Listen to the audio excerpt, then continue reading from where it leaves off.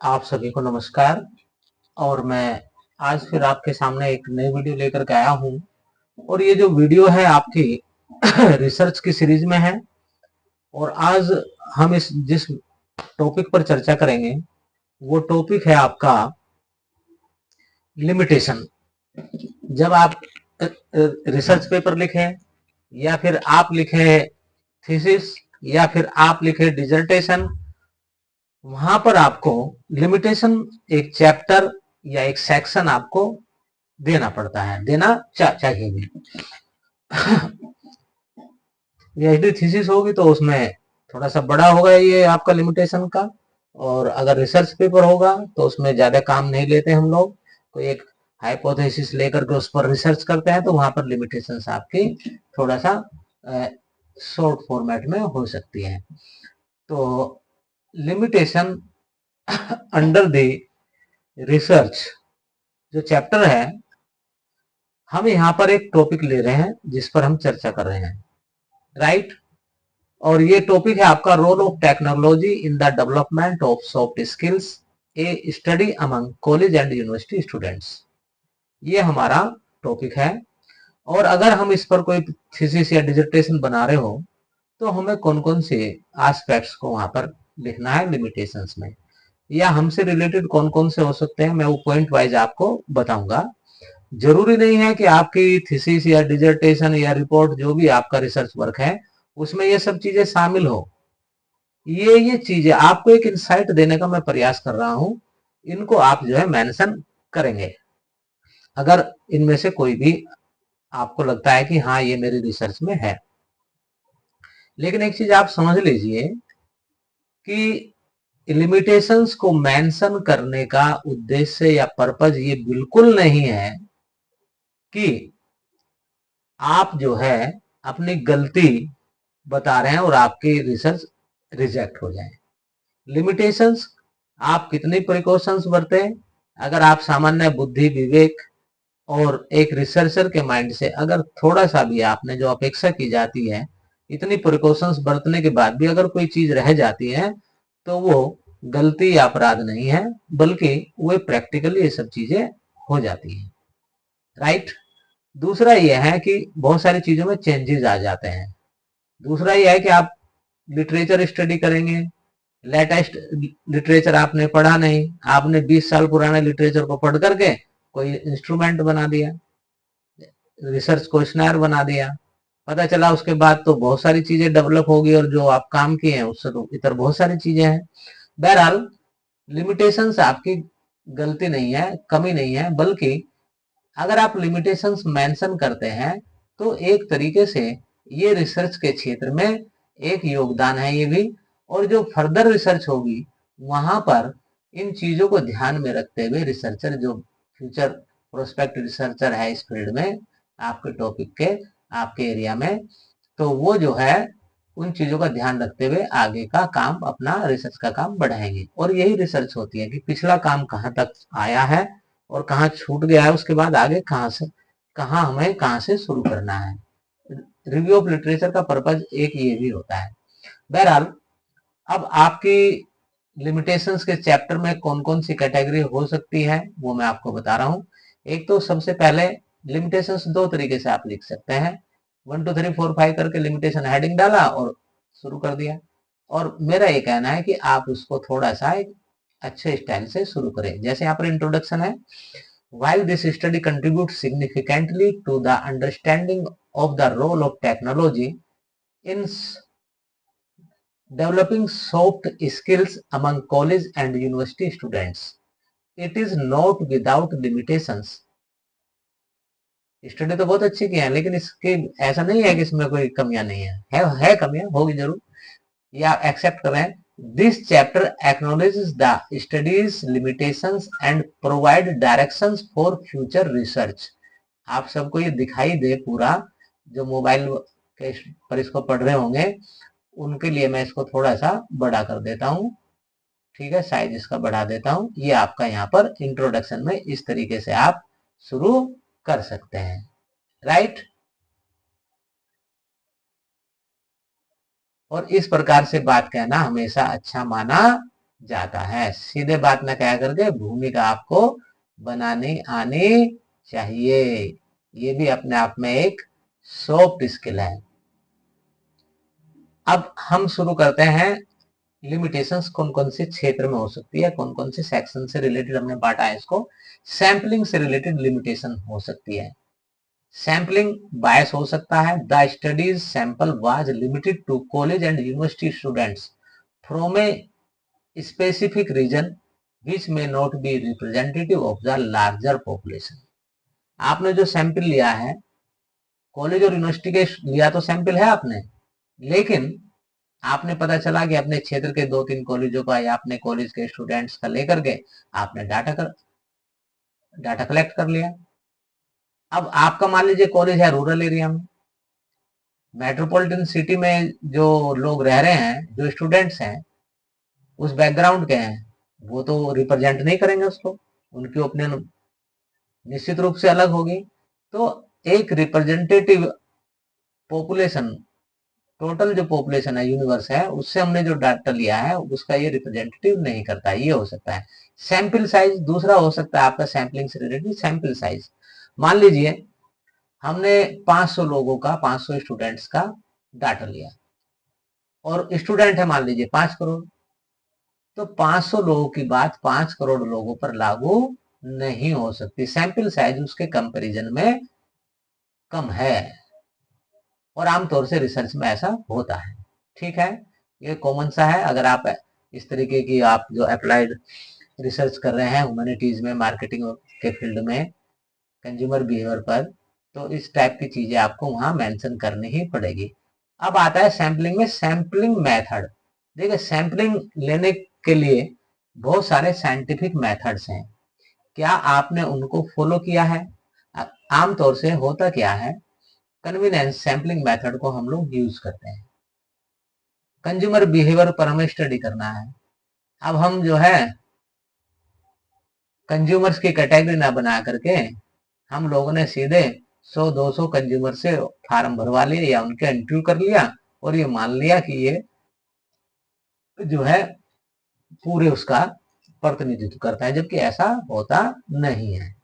Clear है? तो sampling method में, कन्वीनियंस सैंपलिंग मेथड में ये प्रॉब्लम आपको मिलेगी और इसके लिए आपको क्लियर कर देना चाहिए कि भाई ये इसमें हमने इस तरीके से किया है सैंपलिंग, उसके जो लिमिटेशंस है वो आपको यहाँ पर मिलेगी।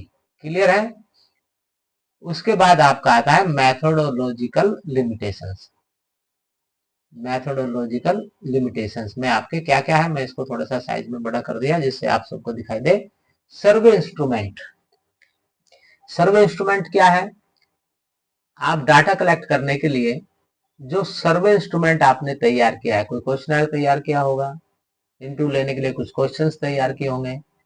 अब रिसर्चर घर बैठा अपने आराम से और थोड़ा सा लिटरेचर उन्होंने पढ़ा और लिटरेचर पढ़ने के बाद 2-3-4-5 साल पुराना और अपना क्वेश्चनर डेवलप कर लिया, जबकि क्वेश्चनर को डेवलप करने की एक साइंटिफिक प्रोसेस है।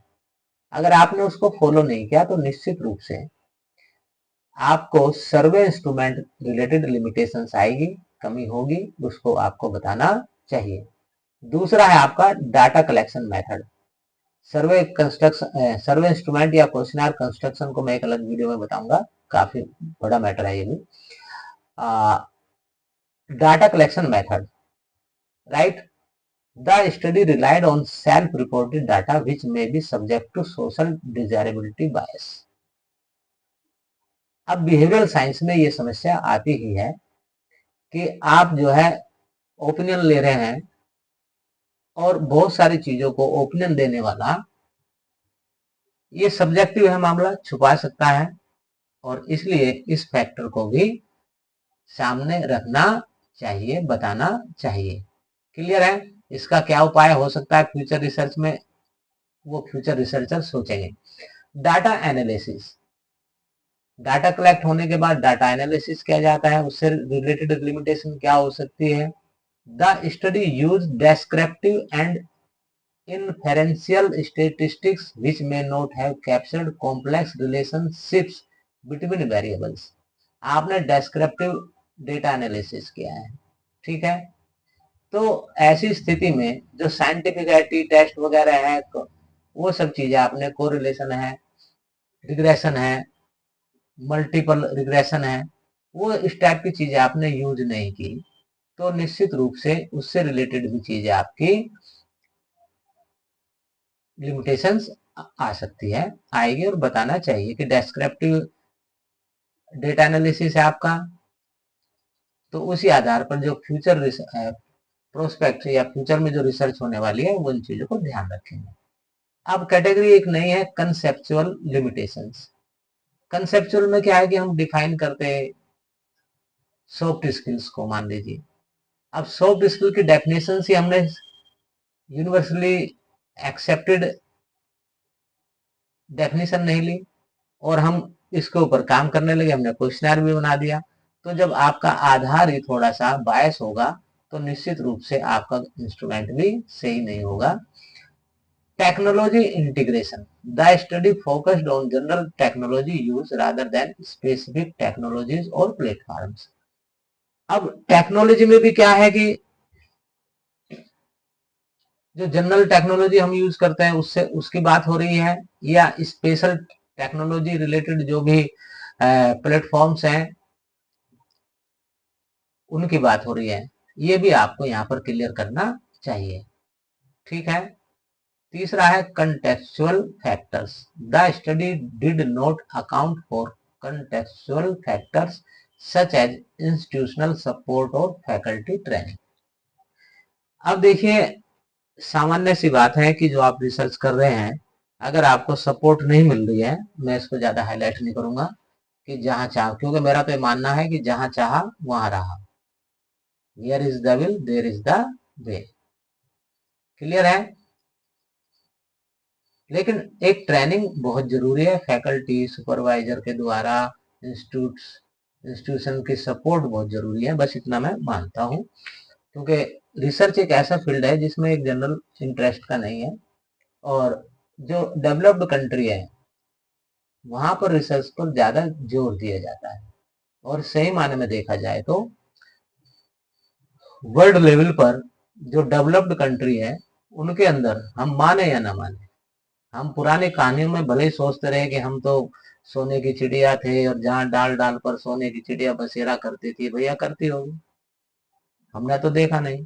और नहीं भी देखा, मान लीजिए था, लेकिन दादा बाबा और परदादाओं की कहानियों के आधार पर या उनके गोल्डन पीरियड के आधार पर आप आखिर कब तक आप जिंदा रह सकते हैं? करना तो आपको पड़ेगा ना, आखिर क्यों आप जो है हीरो से जीरो हो गए? हम रिसर्च को इंपोर्टेंस ही नहीं देते। और वेस्टर्न कंट्री या डेवलप्ड कंट्री, फाइनेंशियली मैं बता रहा हूँ, डेवलप्ड कंट्री, फाइनेंशियली जो डेवलप्ड कंट्री है या जो स्ट्रॉन्ग है, उनकी सिक्योरिटी भी अच्छी है, तो वहां पर क्या है, रिसर्च को बहुत इंपॉर्टेंस दी जाती है, और वहां जो पैरामीटर्स तय किए गए हैं, रूल्स रेगुलेशंस है, बड़ी कड़ाई से लागू होते हैं। ठीक है। हमारे यहाँ ऐसा माहौल अभी कम है, लेकिन उतना अभी डेवलप नहीं हुआ, और रिसर्च में बहुत ही कम लोगों का इंटरेस्ट होता है। और चूंकि इस समय रिसर्च कंपलसरी कर दिया है, सरकार ने उस कमी को समझा है, और कि भाई कंपलसरी करिए, और जो है रिसर्च के क्षेत्र में अच्छा काम करें लोग। लेकिन अभी इंसेंटिव की थोड़ा कमी है अभी भी। अगर इंसेंटिव नहीं होगा, क्योंकि रिसर्च सीधे सीधे, एक रिसर्चर जो है सीधे सीधे अपनी रिसर्च को बेच नहीं सकता, सीधे सीधे, राइट। और वो पब्लिक यूटिलिटी की डायरेक्ट पब्लिक के यूज की नहीं होती है, क्योंकि उस पर बहुत काम करना बाकी होता है, वो बिजनेस के थ्रू ही जाएगी। और रिसर्चर कितना उसमें इंसेंटिव ले सकता है, ये बहुत ही कम है। बहरहाल, लिमिटेशंस के ऊपर हमारी बात हो रही थी, cultural limitations, the study's findings may not generalise to other cultural context. ठीक है। मान लीजिए कल्चरल कल्चर का भी बड़ा इफेक्ट पड़ता है, पर्दा प्रथा है, या भूटान में जो रिसर्च हुई वो इंडिया में लागू हो जाए, जरूरी नहीं है, जो भूटान में रिसर्च हुई। अब एक क्या है वो, सबसे ज्यादा खुशी का जो इंडेक्स है, मैं उसका नाम भूल गया हूँ, वो क्या है, वह भूटान को माना जाता है एक तरीके से। लेकिन अमेरिका के संदर्भ में वो आपको डेवलप्ड कंट्री के संदर्भ में वो चीजें सही नहीं होगी। ज्योग्राफिकल लिमिटेशंस हैं, the study's findings may not generalise to other regions और कंट्रीज। देखो एक और temporal limitations, the study's findings may not generalise to future time periods. देखिए जो भी आपकी बिहेवियरल स्टडी है वो हमेशा के लिए एक जैसी रहेगा, उनका निष्कर्ष ये जरूरी नहीं है, क्योंकि मनुष्य के स्वभाव में विभिन्न कारणों से बदलाव आते रहते हैं। ठीक है, इंडिया में के लोगों की जो सोच आज से 50 साल पहले थी वो आज नहीं है, जो 50 साल पहले थी वो आज से 20 साल पहले थी वो अब नहीं है, और जो अब है, जो X generation, X Y Z, Z generation की जैसे बात हो रही है हमारी सोच में, और जो फ्यूचर जनरेशन हमारी है, जेड जनरेशन जिसको कहते हैं, उनके सोच विचार में बहुत ही डिफरेंस है। राइट, तो टाइम पीरियड के बाद ये जो निष्कर्ष है ये आपके लागू नहीं हो सकते, इसका भी उसमें संभावना व्यक्त कर देनी चाहिए। तो ज्योग्राफिकल लिमिटेशन है, कल्चरल लिमिटेशन है, टेम्पोरल, बिहेवियरल जो चेंज होते हैं, क्लियर है। उसके बाद है जो कैटेगरीज में आपकी थ्योरेटिकल लिमिटेशंस। थ्योरेटिकल लिमिटेशंस में हमने दिया आपको थ्योरेटिकल फ्रेमवर्क। राइट, इसको भी मैंने थोड़ा सा बड़ा कर दिया है जिससे कि आपको क्लियर दिखाई दे। द स्टडीज थ्योरेटिकल फ्रेमवर्क में note have captured all relevant variables. जब हम थ्योरेटिकल फ्रेमवर्क एक डिजाइन किया, एक तरीके से डायग्नोज करने का बनाया, डायग्नोज कर रहे थे हम प्रॉब्लम को या रिसर्च को एक आधार दे रहे थे, तो उस समय हो सकता है कुछ फैक्टर्स हमारे से, जो रिलेवेंट फैक्टर्स हैं या वेरिएबल्स हैं, वो हमारे से छूट गए हो, किसी भी कारण से वो रह गए हो, उन सबको हम शामिल नहीं कर पाए। क्लियर है। Casual relationship, the studies design did not allow for casual inference. Clear.